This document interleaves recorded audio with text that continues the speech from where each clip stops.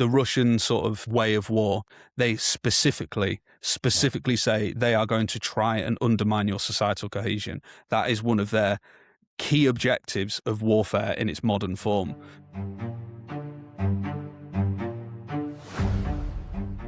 Welcome to Hunter's War. I'm your host, Hunter. If you think national defense is strictly a military problem, today's episode will hopefully change your mind. My guest is Tom Woolmore, a Northern European security analyst and a researcher at the Center for Statecraft and National Security. In his recent dissertation for the War Studies program at King's College London, Tom analyzed how Finland's comprehensive security model is shaping the UK's approach to defense. As Europe braces for the Russian threat, everyone is looking to learn from Finland. Tom breaks down what the Finnish model actually looks like in practice, its origins, and the dangerous gaps that appear when countries like the UK borrow the rhetoric but ignore the reality. Defense requires all of society, and Tom helps us understand how we can get there. Check the show notes for a link to his dissertation, which I would highly recommend you read to learn more. And as always, my email is hunter@hunterswar.com.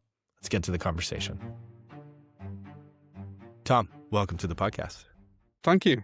Thank you for having me. You've done quite a bit of research on the Finnish security and defense model. I want to talk about their perspective and approach to both of those, security and defense. Also, how other countries can apply it. I think you focused on the UK, but selfishly in Belgium, thinking about how other countries in Europe can look at this model and learn from it. But I want to start with something pretty basic that I think in Europe is very clear, but maybe for others outside of Europe tends to be forgotten. What is the threat that Finland or the UK is preparing to defend against? So it's varied. There are things that are going on right now, what's popularly known as hybrid warfare.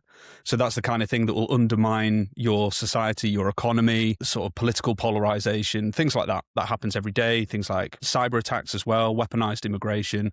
All these things are going on now, currently in Europe, and have been for the past 10 years. So by who? Who's the main? By Russia primarily. The most aggressive is Russia, followed by Iran, and then China as well. China focuses a little bit more on the sort of espionage side than the sort of harder sort of cyber attack, sabotage, again, weaponized migration. So those are the things that happen in the immediate term. But the thing that Europe is preparing for at the moment, which the rest of the world obviously won't have to prepare for, is a potential Russian invasion of NATO territory. What the current worry is that once the war in Ukraine ends, because Russia is currently tied up in Ukraine, and Ukraine is doing a heroic job in fighting them off and defending themselves. Let's say that comes to an end. Let's say there's some form of peace agreement. Russia is still on a war economy, and the amount that they're producing, weaponry, the amount of troops they're recruiting, far outstrips what Europe is currently producing. So the sort of general consensus among defense officials is that Russia will be ready to take on Europe in sort of the next 3 to 5 years, if fighting in Ukraine stops. So the greatest concern is that given sort of Putin's narrative about Greater Russia and land belonging to Russia historically, the countries that he's going to look at are going to be Estonia, Latvia, Lithuania. The smaller Baltic states that Russia could potentially invade relatively easy compared to its other neighbours. And the other reason why he'd look to those is because those territories would be very hard for NATO to take back once they're occupied. They're very hard to defend. So the greatest worry is a direct war with Russia, in which they invade the Baltic states, and that's what Europe is currently trying to prepare for, while also fending off these sort of hybrid attacks that are going on a daily basis. Why are they hard to defend? I'm just thinking of the geography, and so are there certain factors that make them difficult? Yeah, so the reason that they're particularly hard to defend is because they're sandwiched between Belarus and Russia and the Baltic Sea. So they're not sort of land connected to the rest of Europe. The only land connection they have to the rest of Europe and NATO is a really small sort of land strip between them and Poland called the Suwalki Gap. So once you take the Baltic states and you've occupied those areas, the only way that the NATO states can then reinvade and take them back is through this like tiny little land strip. Now, if you're Russia and Belarus, what are you going to do? You're just going to target all your artillery, all your air power towards that tiny gap. So it's incredibly hard to take back unless you're willing to do something like try and do a landing from the Baltic Sea, which I don't think NATO would even contemplate because that would just be far too complex. That's why Putin's looking at those potentially as his next target, because he feels that he can roll over them quite quickly because they've got very small populations, like just over like 1 million for each country. So he could potentially steamroller over those countries very quickly before NATO can mobilize, and then he can sort of just sit there and go, what are you going to do about it? Like, come and get me. And then kind of leading into the Finnish model, but one of the things those countries I think do have as well is a diversity in groups that live there, right? In terms of, I know there's a few places where there's a high percentage of Russian speakers, and they're also dealing as well with misinformation and all of that. Absolutely. Yeah. Yeah, and it's kind of the playbook that we saw particularly in eastern Ukraine in 2014. I'm going to come in here to defend the Russian speakers. They're being discriminated against in many ways, although I don't blame the Baltic states for this, but in many ways they've played into his hands because they've gone around demolishing loads of Soviet-era statues who are traditionally associated with Russia, which has pissed off the Russian-speaking populations because they believe it's an attack on their culture. So then Putin can use that as propaganda and go, see, they don't actually care about you. They're coming for you. They're attacking your culture. I need to come in and protect you. So it's all this. It's the same playbook that he uses again and again and again to justify war. Now, I don't think anyone other than the population that he's targeting actually buy it.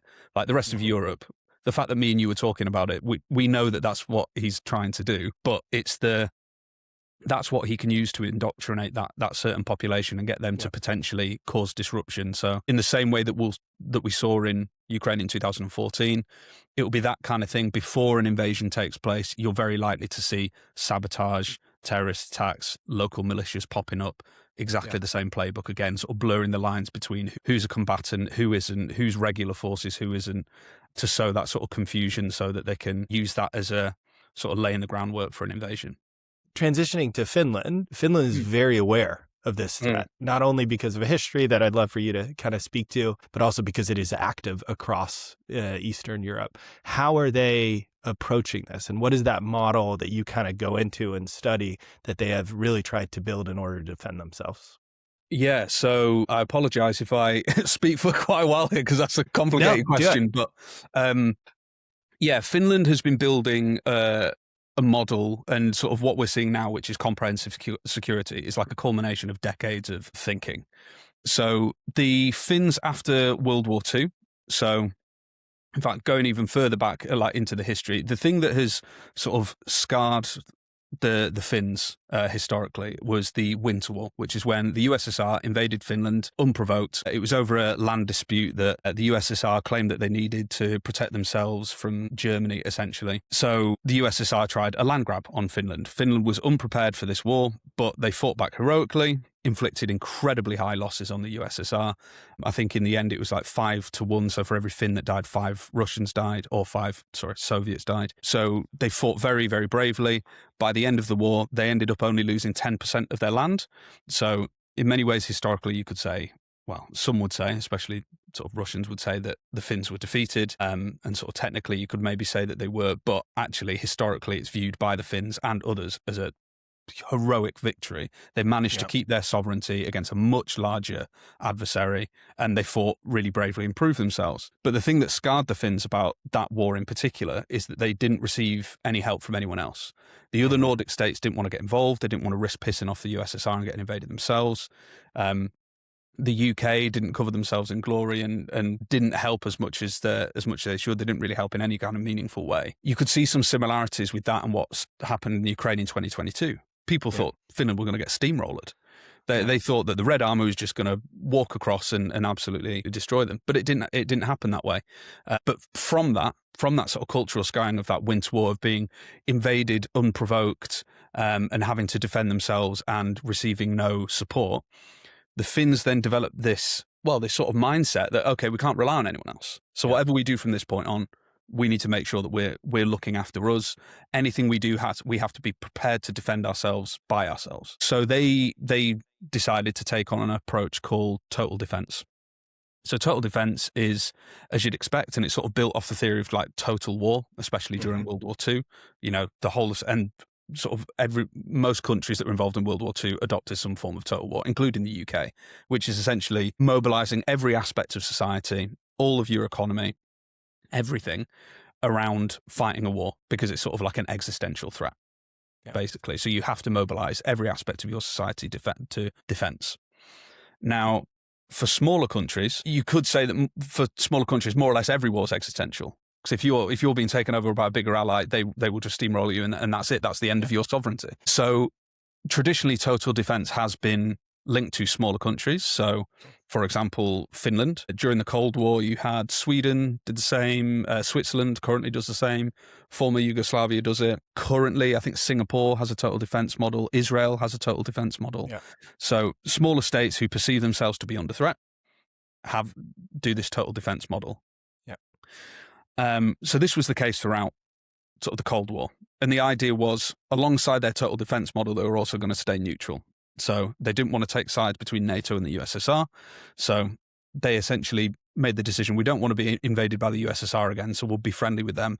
But equally, we want to be friendly with NATO because we don't want to be perceived as being on the Russian side, which we're not, because realistically, the Finns knew that they were more European than Russian. So then, fast forward a number of years, we get to the 90s, USSR collapses, loads of other European countries in particular end up drawing down their militaries because they're like, right, it's the era of peace. You know, Francis Fukuyama, end of history, capitalism's won, liberal democracy is going to spread, happy days, it's going to be peaceful now. Finns, because of this cultural scarring, said, nah, we don't buy that, because whatever comes next, we can only rely on ourselves. So they decided not to get rid of their total defense model. But because of how warfare was going, you know, it drifted more into sort of the war on terror, more irregular warfare. They then updated their total defense model to include security as well. And then it became more of a security model rather than a defense model.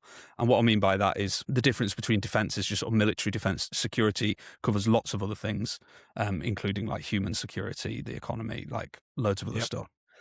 So they decided to do that, and they decided that they would create a model in which the 7 vital functions of society would have to be protected at all times, and they'd have to be functioning at all times. So in all circumstances, whether that's during peacetime, crisis, war, whatever that might be. And they developed that in like 2003, I think. And then moving forward, you then have the war in Ukraine in 2014, not 2022. And that's when you start seeing Finland leaning very heavily more towards the NATO side, the European side. And then moving forward to obviously 2022, you then see them explicitly joining NATO. And while they have joined NATO, they are still prepared to defend themselves as they are. So when you said right at the beginning, so this question was, how are the Finns sort of preparing for this, and what is their model for defense? It's culminated over those years. So it's been decades and decades of essentially seeing Russia as a threat, and they know it. So developing this mindset of only being able to defend yourselves and mobilizing all of society, initially for defense, but now mobilizing the whole of society for security, which is slightly different.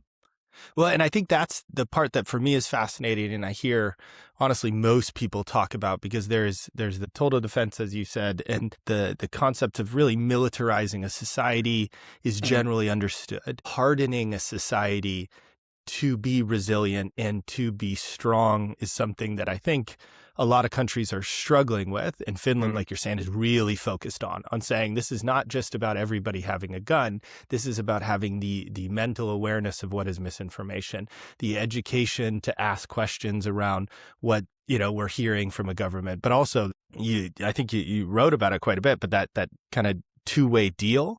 Can you tell me a little bit about that? Because I was really fascinated by this idea that the state wasn't just expecting people to defend it. It was saying you have to have something worth defending.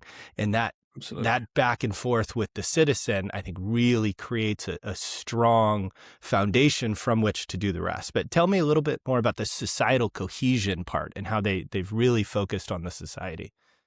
Yeah, and it's really interesting because when I speak to sort of policy makers or policy developers, they all seem to say the same thing, which I don't necessarily think is true, is that we can't have a model like that here in the UK because it's very different in Finland because they're right next to Russia, so they see the threat and that's why they're all motivated to join. And I don't think that's true, because the way that they model it, like you said, it's a two-way deal, and they're so explicit about this that it is a two-way deal between the government and the citizen. So they combine sort of a state-led top-down model in that the state helps organize everything and make sure there are ways for people to participate, that the defense is done in the right way, that preparedness is done in the right way, resilience is.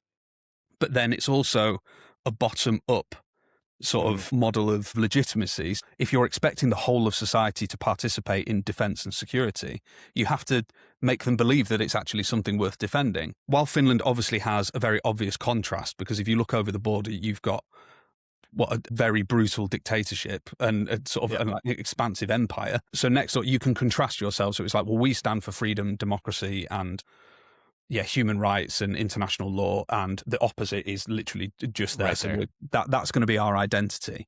Yeah. But the Finnish identity is a lot more than that, and that's where I think other countries can learn from. Is you have to sort of define what your identity is, and really sort of project that to get people involved. But on top of that as well, when you mention the societal cohesion, there's tons of stuff that they do, and one of the things I was most interested by it, because it's like the intersection of politics and defense, which I think is a line that people do not like to cross.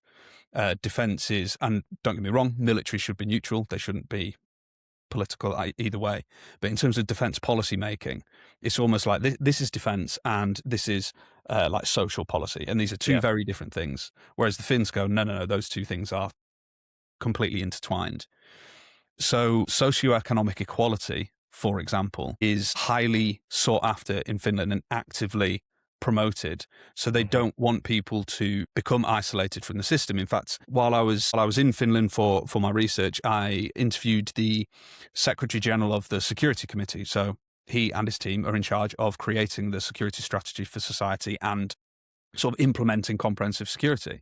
And I asked him, okay, what's the biggest threat to the comprehensive security model? Because this is essentially what your whole society is built on. So what's the greatest threat to it? And he said, in no uncertain terms, polarization and social isolation. Because he said, you need all the individuals to be connected to the system. So anything that disconnects them from the system, you're just weakening it. Similarly, I spoke to the Director General of Defense Policy, although he's now in a new role, when I was in Finland, and I said to him, what's the most important thing about total defense? Because that's the part of comprehensive security that he looks after. And he said willingness. So he said that defensive willingness of Finns, if Finns don't believe that the country is worth protecting, he said, then you can forget about total defense. You can forget about comprehensive security. It's not going to work. So there are obvious things like socioeconomic equality, like making sure you haven't got uber rich people and then incredibly poor people. Up until recently, Finland were on track to get rid of all homelessness in Finland, completely eradicate it. That has since changed. There's a new government who, I won't get into the politics of it, but their economic policy doesn't really complement that goal. So homelessness has increased. But up until recently, they were planning on doing that. And while people listening to this might go, well, that's very noble. That's a very noble cause. Like for Finland, it's like, yes, that is a noble cause, but they will absolutely have thought about that in security terms as well. Yep. Absolutely. Even things down to conscription. So they have a conscription model. It's universal. All males who are obviously medically fit to do so will have to serve. So they'll have to serve for, I think it's a year, any time between the ages of 18 and 30, I believe it is. But no one is exempt from that. So there are other models around Europe, like Switzerland, where I'm pretty sure you can back out and not serve. But to do that, you have to pay an extra 3% tax for the rest of your life. So that's the way they punish you if you do that. Whereas in Finland, absolutely not. You have to do it. And one of the examples they gave me to prove this is the case is that the president, so Alexander Stubb, his son recently served. But one of the interesting things about the model that they use is the unit that you serve with when you're conscripted, you will then serve with if a war breaks out. So if you're an 18-year-old with 50 other 18-year-olds, who knows what the rest of your life is going to bring? You could have in that, when you're called to war, you're going to be fighting alongside an artist, a bricklayer, a plumber, a CEO of an energy company. Like, there is no discrimination against like how rich you are, what social position you are.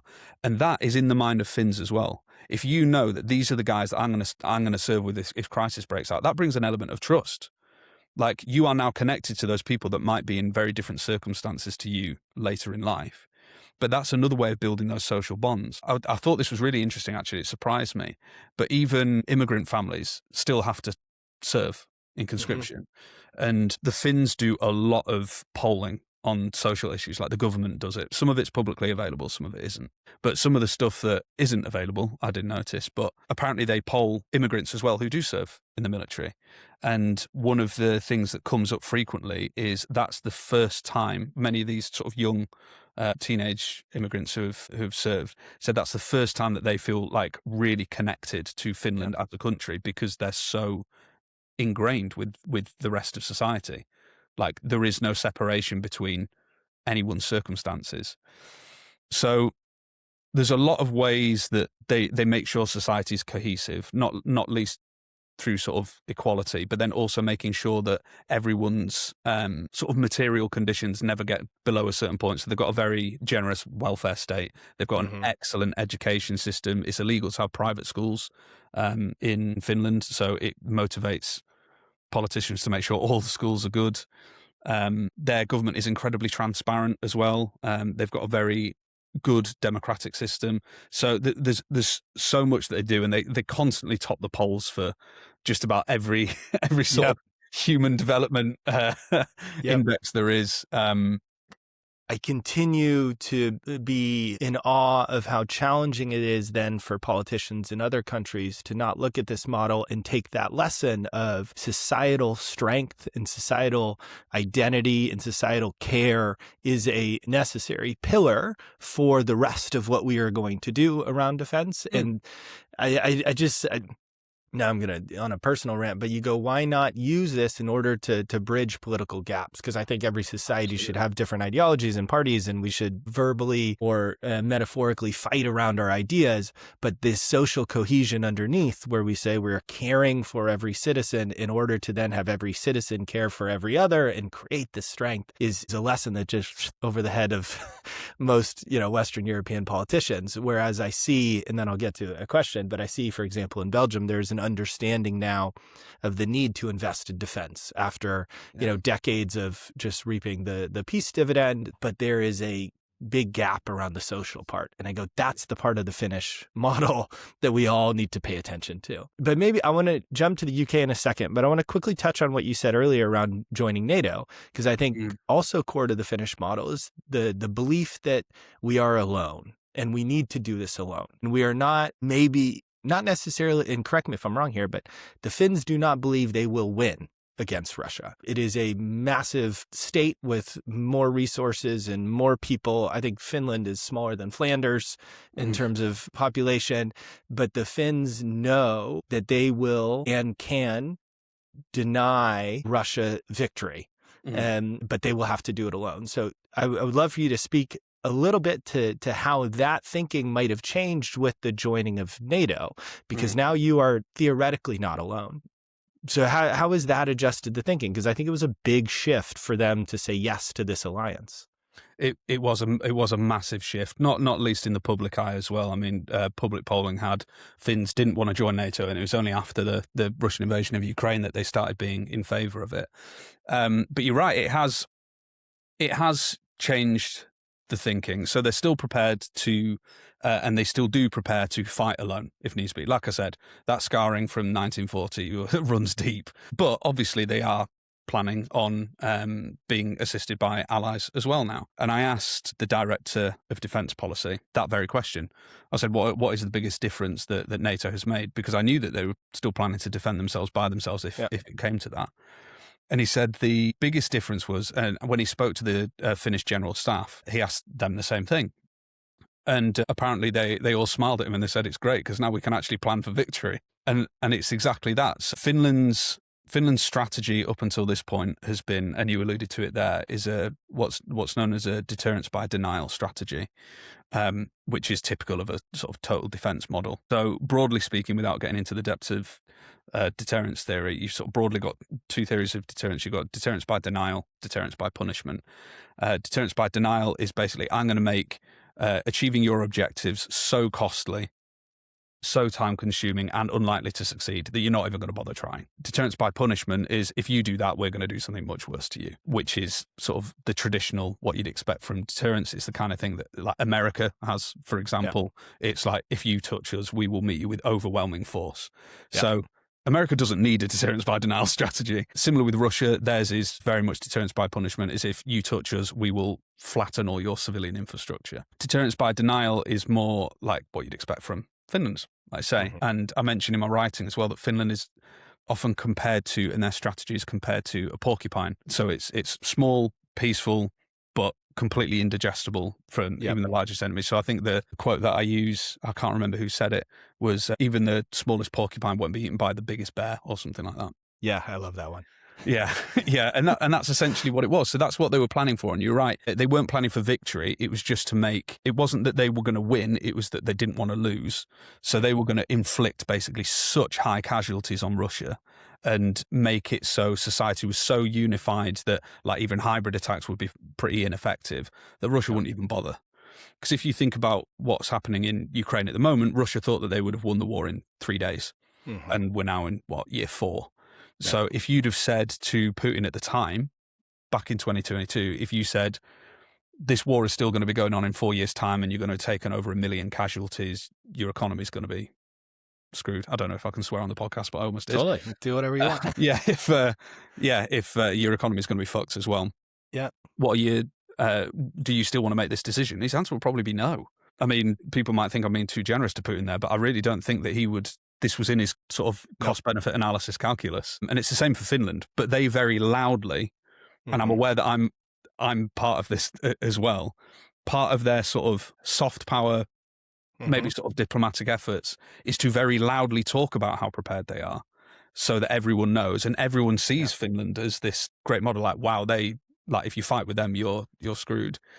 And that's part of their deterrence. It's deterrence by denial. It's like, you know that we're really prepared. If you come over here, know that you are going to suffer some serious consequences if you do. This is hard to look at now, but is NATO adjusting?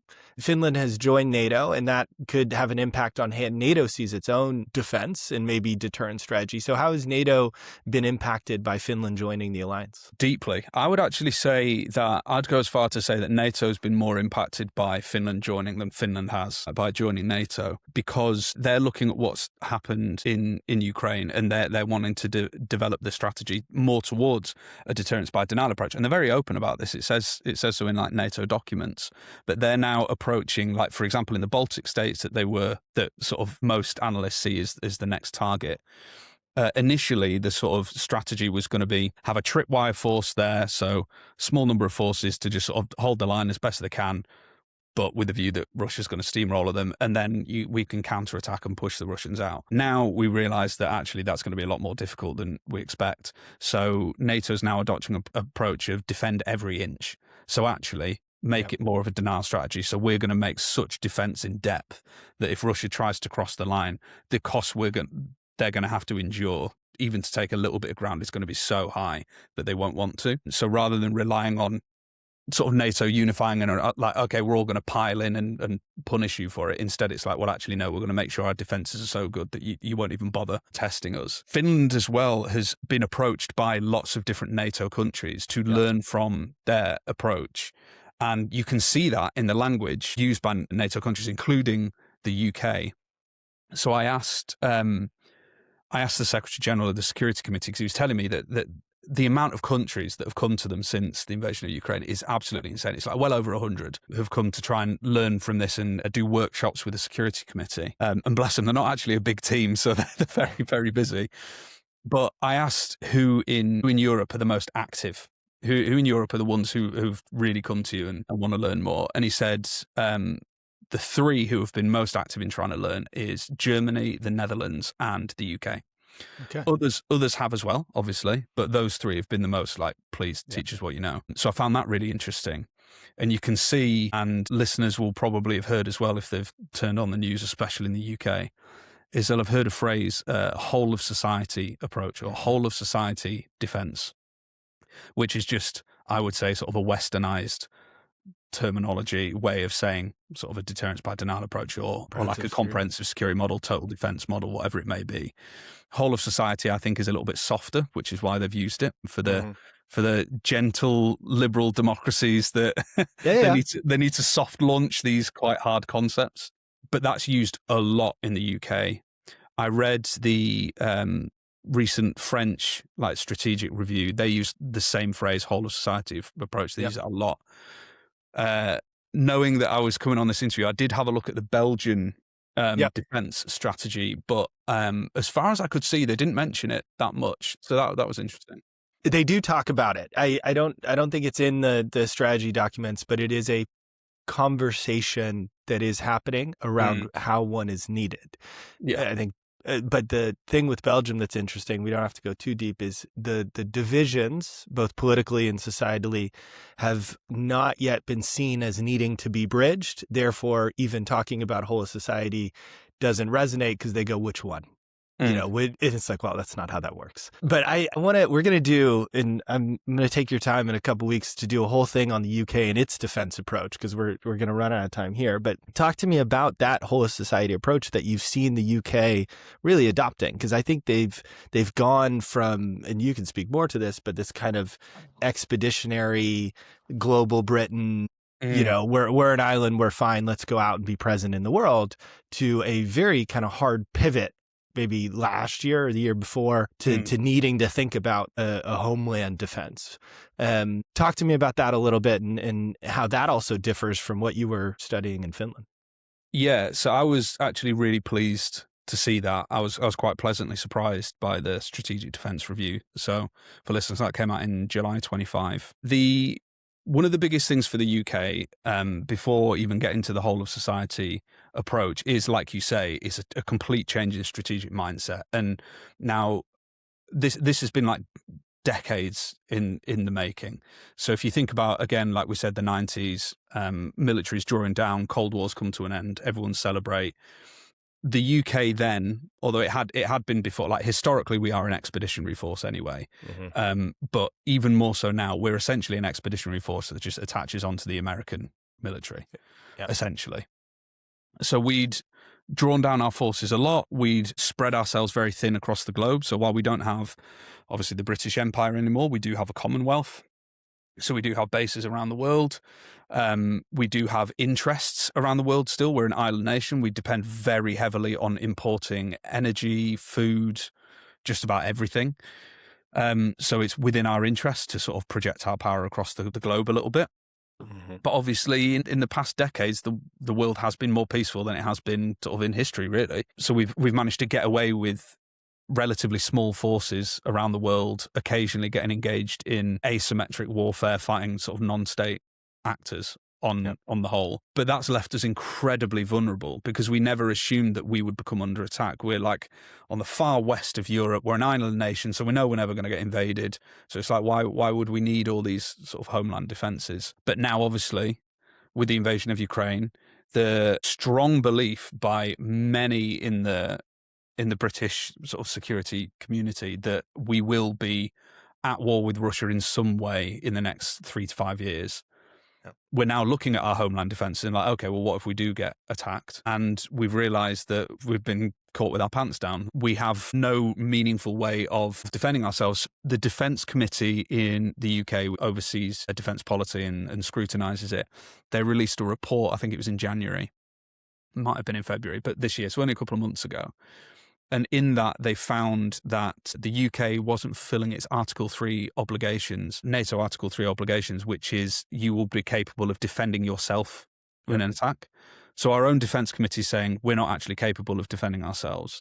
Our new Chief of Defence Staff was interviewed by Parliament in a committee hearing about that and mentioned that we currently don't have a plan to defend ourselves in the event of an attack. There isn't even a plan for it. So really? We have no plan if we're attacked. And now as an island nation, like I said, we've got a big population. Where we are is really strategically important. We've got nuclear weapons. We are never going to get invaded. It's just not going to happen. The only country that's realistically going to like go to war with us would be Russia. They don't have the capability to invade us. It's not going to happen. So if we come under attack, what's most likely going to happen is we're going to be attacked by the air, whether that be through ballistic missiles fired from miles and miles away, or what's more likely, they're going to park a load of submarines off in the Atlantic and just shoot us from a distance. That's going to target our infrastructure, our military bases, which it's public knowledge where those are. They're woefully undefended. The fact that 2 protesters managed to infiltrate one of our bases on electric scooters and spray paint, was it our wedge tail planes, is just, that shows the state of our security. And the fact that we're an island nation and we're going to get attacked by the air, if anything, other than cyber attacks, sabotage, that kind of thing. But air attacks are going to be the most important. We don't have air defenses really at all. Our only air defenses against ballistic missiles are Type 45 destroyers, the ships. We have 6 of those. 4 of them are constantly under repair, like not at sea. One of them, I think, is being refitted. So we've actually only got 1 at the moment. So that is our only ballistic missile defense. And you can only put that in one place at any one time. So at the moment, again, we've had a look at our defenses and they aren't there. But the positive that I can take from that is in the Strategic Defense Review, they've been honest about it. They've been honest and they've said, we do not have these defenses. We need to bulk up quickly. And they have said that we need to change our strategic mindset away from projecting ourselves across the globe. We need to focus on homeland defense, regional security, which is a massive change in mindset, but a very necessary one. So within that document is also the whole of society approach, which they want to adopt. Now, I am exceedingly critical of their vision of a whole of society approach, not least because it's completely unclear. I have had conversations with a few people about it who are slightly more generous about it and think I'm too critical, but I'm going to stick to my guns. I think that what the UK sees as a whole of society approach is incredibly limited, and there's so much more they could be doing. Why would it be limited? Is it a consequence of politics? Is it the worldview that people have that needs to change? Why is it limited in your perspective? Yeah, so there's 2 reasons. First of all, is it will be limited by politics. It just will, because if we're looking at emulating the Finnish model, or at least borrowing from them, the thing that's completely absent is the sort of societal cohesion bit. That just doesn't even sort of enter into conversations about whole of society approach. So they're not looking at creating any kind of sort of socioeconomic equality. They're not looking at building that defensive willingness. I've not seen anything in government documents, and I've read them for my sins because I hate myself enough to read government documents. Someone's got to. They don't mention really anything about that. What they see as a whole of society approach. So that's number one, the sort of politics of it. And one of the reasons I think politicians don't want to see it is the UK is really struggling economically. I mean, one thing that the UK is really good at is papering over the ginormous cracks in our sort of society and defense and everything else. Like, we talk a big game, we're still seen on the global stage as a lot bigger and a lot more powerful than we are. A stat which blew my mind is that if you take London out of the UK and just look at the rest of the UK, GDP per capita is lower than Mississippi, which is the poorest state in the US. No, really? Yeah. So when you look at all our statistics around wealth and income and GDP and all that, it's basically just London. Like, if you go outside of London, we are not a powerful state. If you look at, if you take London out of the UK, again, our GDP per capita is one of the, it's in the bottom half of Europe. The lowest or the poorest 20% of our society is worse off than the poorest 20% of society in Poland. And now Polish people might get offended when I say that, using them as a comparison. But the reason that I do that is because historically, especially sort of during the early sort of 2010s, late 2000s, early 2010s, there used to be a big thing about Polish immigrants coming over here to live a better life and make more money. Yep. And now you could argue, actually, it should be the other way around. We should be going to Poland because they're doing much better than we are. But that's all to say we're struggling a lot economically. If the government acknowledges that something that's key for security is to build sort of socioeconomic equality, the welfare state, education, healthcare, all that kind of stuff, if you need to bulk that out, they don't want to admit that that's key to defense, because defense is the number one priority of any government. You need to defend your sovereignty. So if you start tying in those social policies into your sort of defensive obligations, you're then up shit creek, because you actually have to start delivering those things, which the government is not going to want to acknowledge that they need to do. So that's number one. The other thing that I think is preventing it is potentially because of the first thing I mentioned, is the UK government is looking more towards, I'd say, sort of resilience, really, especially industrial resilience, more so than a whole of society approach.